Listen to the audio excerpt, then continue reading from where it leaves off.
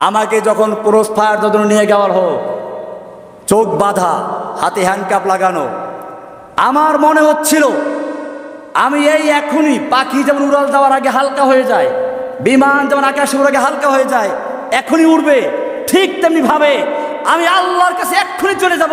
যাওয়ার জন্য উদ্গ্রীব ছিলাম, কেন করে না গুলি, দেরি সহ্য হচ্ছে না, এমন একটা আশা নিয়ে অপেক্ষা করছিলাম।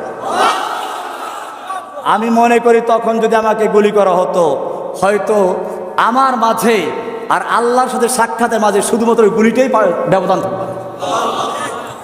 এই বাংলাদেশের মুসলিমদেরকে, বাংলাদেশের জনগণকে বিভিন্ন দলে বিভক্ত করে ফেরাউনের মতো রাজত্ব করার জন্য পায়তারা করছিল।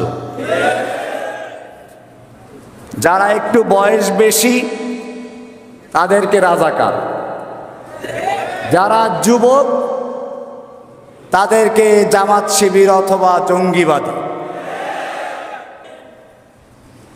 আমি বলছিলাম এই ফেরাউন যখন বাংলাদেশের বুকে বসে পড়ল, আল্লাহ তাআলা তখন কোনো বড় শক্তি দিয়ে তাকে ধ্বংস করেন নাই, বরং স্কুল কলেজের বাচ্চাদেরকে তার বিরুদ্ধে আবাবিল পাখি হিসেবে প্রেরণ করেছিলেন।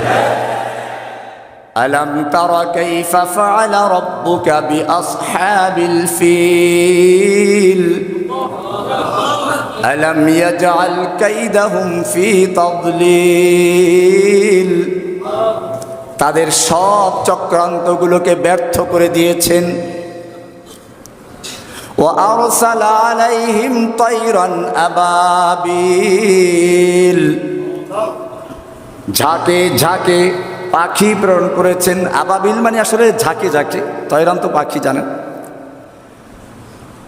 আল্লাহ রাব্বুল আলামিন এই পাখি পাঠিয়েছেন স্কুল থেকে, পাখি পাঠিয়েছেন কলেজ থেকে, পাখি পাঠিয়েছেন বিশ্ববিদ্যালয় থেকে, পাখি পাঠিয়েছেন মাদ্রাসার থেকে, আলিয়া থেকে, কওমিয়া থেকে, ডান বাম, আলিয়া কওমিয়া, স্কুল কলেজ, এমনকি ইংলিশ মিডিয়ামের ছাত্র পর্যন্ত রাস্তায় বের হয়ে এসেছিল।